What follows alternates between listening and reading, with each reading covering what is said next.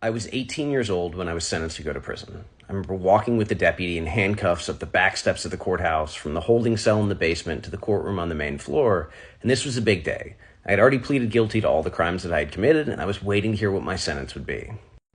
The sentencing guidelines at that moment called for from 8 to 13 years with a midpoint of 10 years, and that's what my lawyer said I would get. Hey, you did some really bad stuff, you got to spend some time inside, but you're going to find a way to get through it. I know 10 years seems like a long time, but you'll get through it.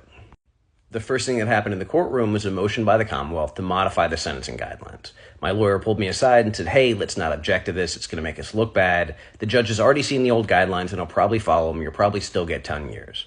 So we came back, we said there was no objection, and the new sentencing guidelines were introduced. It called for from 10 to 16 years with a midpoint of 13 years. At that point, each side had the opportunity to make a statement. So I made a direct apology to the people that I had harmed, as well as their families. I apologized to my family and my friends, who I felt like I had disappointed and let down in so many ways. I also asked the judge for help. I said, hey, I'm not here because I'm in a good mental state. I need help. I want to go to a place that's going to help me rehabilitate. And the judge kind of scoffed and said, well, what kind of help do you think you need? And I said, I don't know. If I knew what I needed, I wouldn't have been here in the first place. The Commonwealth's attorney then made a statement about how grievous and serious my charges were and asked the judge to sentence me to 40 years in prison. So the judge took a moment to shuffle his papers and think about things, and then started handing out the sentence. And he said, I sentenced you to 10 years with this suspended and 5 years with this suspended, and went on down the line. And I wasn't counting the total number. I was counting the number that wasn't suspended, because that was a sentence that I would actively have to serve.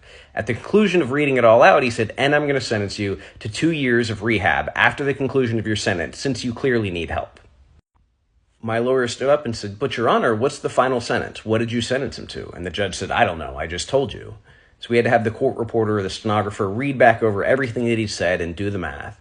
And the judge had sentenced me to serve 138 years in prison with 106 suspended, an active sentence of 32 years, which was twice the high point of the guidelines. And only after that 32 years was I going to get any of the help that I asked for.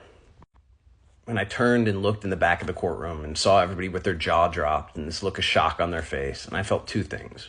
One, I felt a validation of my deepest fear, that ever since I was little, I thought that I wasn't good enough, or I was just not enough, and there was something fundamentally wrong with me. And it felt like the judge had pronounced that by saying I was going to spend the next 32 years in prison.